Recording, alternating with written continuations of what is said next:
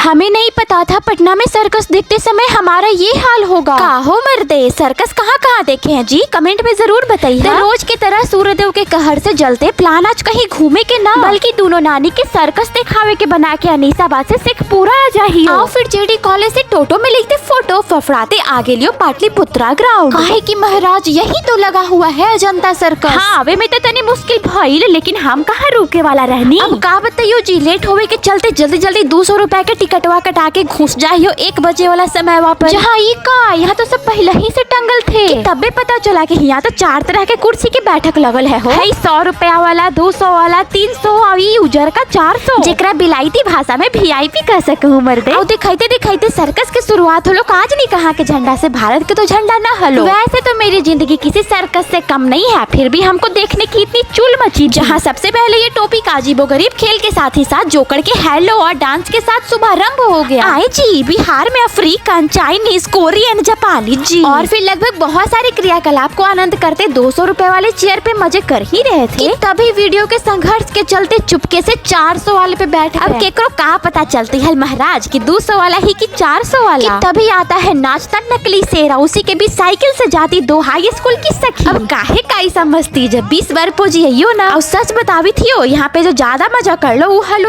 छोटी।